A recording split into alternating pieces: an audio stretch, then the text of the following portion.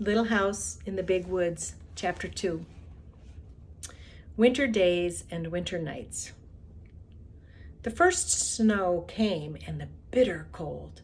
Every morning Pa took his gun and his traps and was gone all day in the big woods, setting the small traps for muskrats and mink along the creeks, the middle-sized traps for foxes and wolves in the woods.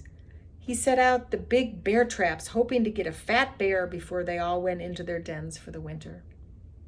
One morning he came back, took the horses and sled, and hurried away again. He had shot a bear. Laura and Mary jumped up and down and clapped their hands. They were so glad. Mary shouted, "I want the drumstick! I want the drumstick!" Mary did not know how big a bear's drumstick is. When Pa came back, he had both a bear and a pig in the wagon. He had been going through the woods with a big bear trap in his hands and the gun on his shoulder when he walked around a big pine tree covered with snow, and the bear was behind the tree. See him? Here's the bear. The bear had just killed the pig and was picking it up to eat it. Pa said the bear was standing up on its hind legs, holding the pig in its paws just as though they were hands. Pa shot the bear, and there was no way of knowing where the pig came from nor whose pig it was. "So I just brought home the bacon," Pa said. There was plenty of fresh meat to last for a long time. The days and the nights were so cold that the pork in a box and the bear meat hanging in the little shed outside the back door were solidly frozen and did not thaw. When Ma wanted fresh meat for dinner, Pa took the axe and cut off a chunk of frozen bear meat or pork. But the sausage balls, or the salt pork, or the smoked hams and the venison, Mom could get for herself from the shed or the attic. The snow kept coming till it was drifted and banked against the house. In the mornings, the window panes were covered with frost and beautiful pictures of trees and flowers and fairies. Ma said that Jack Frost came in the night and made the pictures while everyone was asleep. Laura thought that Jack Frost was a little man all snowy white, wearing a glittering white pointed cap and snow-white knee boots made of deerskin. His coat was white and his mittens were white, and he did not carry a gun on his back, but in his hands he had shining sharp tools with which he carved the pictures. Laura and Mary were allowed to take Ma's thimble and make pretty patterns of circles in the frost on the glass. But they never spoiled the pictures that Jack Frost had made in the night. When they put their mouths close to the pane and blew their breath on it, the white frost melted and ran in drops down the glass. Then they could see the drifts of snow outdoors and the great trees standing bare and black, making thin blue shadows on the white snow. Laura and Mary helped Ma with the work. Every morning there were the dishes to wipe. Mary wiped more of them than Laura because she was bigger, but Laura always wiped carefully her own little cup and plate. By the time the dishes were all wiped and set away, the trundle bed was aired.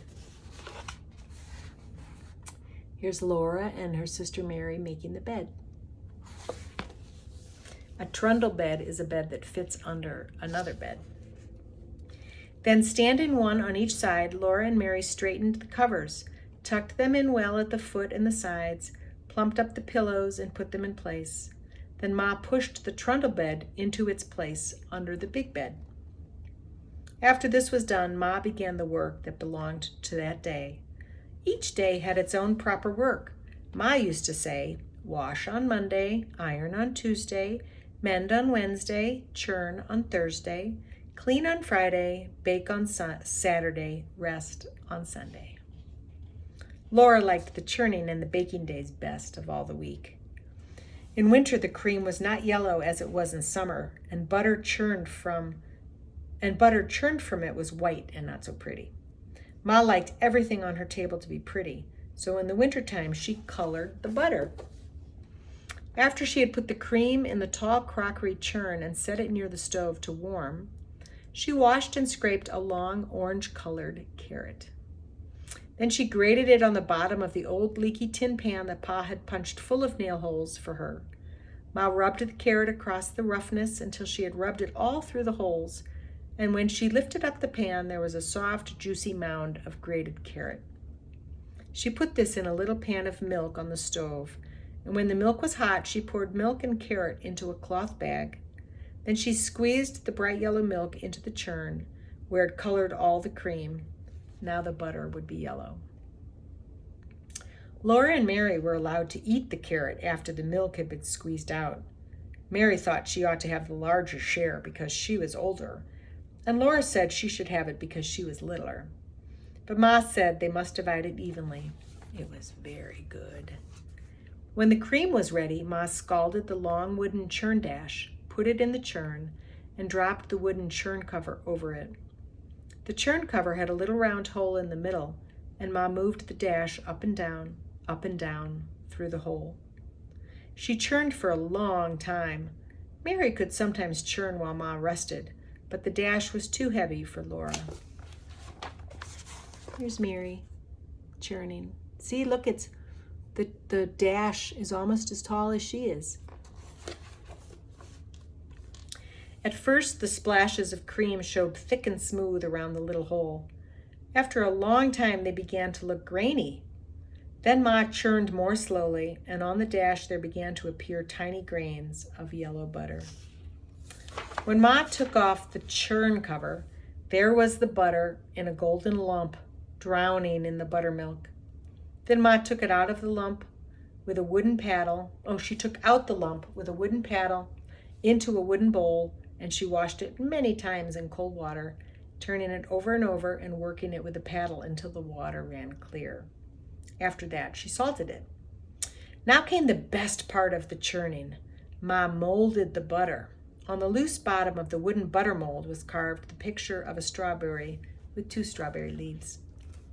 With the paddle, Ma packed butter tightly into the mold until it was full. Then she turned it upside down over a plate and pushed on the handle of the loose bottom. The little firm pad of gold butter came out with the strawberry and its leaves molded on its top. Laura and Mary watched, breathless, one on each side of Ma, while the golden little butter pats, each with its strawberry on the top, dropped onto the plate as Ma put all the butter through the mold. Then Ma gave them each a drink of good, fresh buttermilk. On Saturdays, when Ma made the bread, they each had a little piece of dough to make into a little loaf.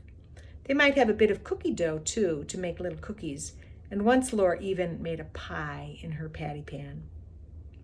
After the day's work was done, Ma sometimes cut paper dolls for them. She cut the dolls out of stiff white paper and drew the faces with a pencil. Then from bits of colored paper, she cut dresses and hats and ribbons and laces so that Laura and Mary could dress their dolls beautifully. But the best time of all was at night when Pa came home. He would come in from his tramping through the snowy woods with tiny icicles hanging on the ends of his mustache. He would hang his gun on the wall over the door, throw off his fur cap and coat and mittens, and call, "Where's my little half pint of sweet cider, half drunk up?" That was Laura, because she was so small. Laura and Mary would run to climb on his knees and sit there while he warmed himself by the fire. Then he would put on his coat and cap and mittens again and go out to do the chores and bring in plenty of wood for the fire. Sometimes when Pa walked his trap lines quickly because the traps were empty, or when he had got some game sooner than usual, he would come home early. Then he would have time to play with Laura and Mary. One game they loved was called Mad Dog. Pa would run his fingers through his thick brown hair, standing it all on end. Then he dropped on all fours, and growling, he chased Laura and Mary all around the room, trying to get them cornered where they couldn't get away. You see, here's Pa, Mad Dog, and here's Laura and Mary. They were quickest at dodging and running, but once he caught them against the wood box behind the stove, they couldn't get past Pa, and there was no other way out. Then Pa growled so terribly, his hair was so wild and his airs so fierce that it all seemed real. Mary was so frightened that she could not move.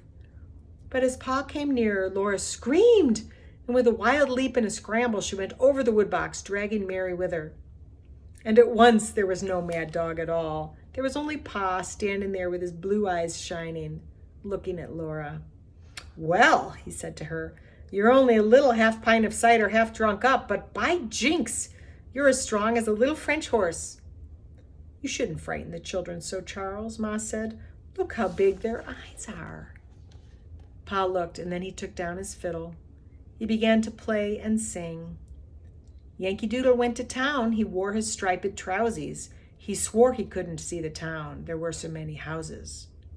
Laura and Mary forgot all about the mad dog. And there he saw some great big guns, big as a log of maple. And every time they turned him round, it took 2 yoke of cattle. And every time they fired him off, it took a horn of powder. It made a noise like father's gun, only a nation louder. Pa was keeping time with his foot, and Laura clapped her hands to the music when he sang. And I'll sing Yankee Doodle D-O, and I'll sing Yankee Doodle, and I'll sing Yankee Doodle D-O, and I'll sing Yankee Doodle. All alone in the big woods and the snow and the cold, and the little log house was warm and snug and cozy. Pa and Ma and Mary and Laura and baby Carrie were comfortable and happy there, especially at night. Then the fire was shining on the hearth. The cold and the dark and the wild beasts were all shut out, and Jack, the brindle bulldog, and Black Susan the cat lay blinking at the flames in the fireplace. Ma sat in her rocking chair, sewing by the light of the lamp on the table. The lamp was bright and shiny. There was salt in the bottom of its glass bowl with the kerosene to keep the kerosene from exploding, and there were bits of red flannel among the salt to make it pretty. It was pretty. Laura loved to look at the lamp with its glass chimney, so clean and sparkling, its yellow flame burning so steadily, and its bowl of clear kerosene colored red by the bits of flannel. She loved to look at the fire in the fireplace, flickering and changing all the time, burning yellow and red and sometimes green above the logs, and hovering blue over the golden and ruby coals. And then Pa told stories. When Laura and Mary begged him for a story, he would take them on his knees and tickle their faces with his long whiskers until they laughed aloud. His eyes were blue and merry. One night, Pa looked at Black Susan stretching herself before the fire and running her claws out and in, and he said, "Do you know that a panther is a cat? A great big wild cat?" "No," said Laura. "Well, it is," said Pa.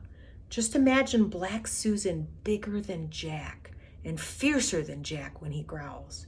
Then she would be just like a panther." He settled Laura and Mary more comfortably on his knees, and he said, "I'll tell you about Grandpa and the panther." "Your grandpa?" Laura asked. "No, Laura, your grandpa, my father." "Oh," Laura said, and she wriggled closer against Pa's arm. She knew her grandpa. He lived far away in the big woods in a big log house. Pa began the story of Grandpa and the panther. Your grandpa went to town one day and was late starting home.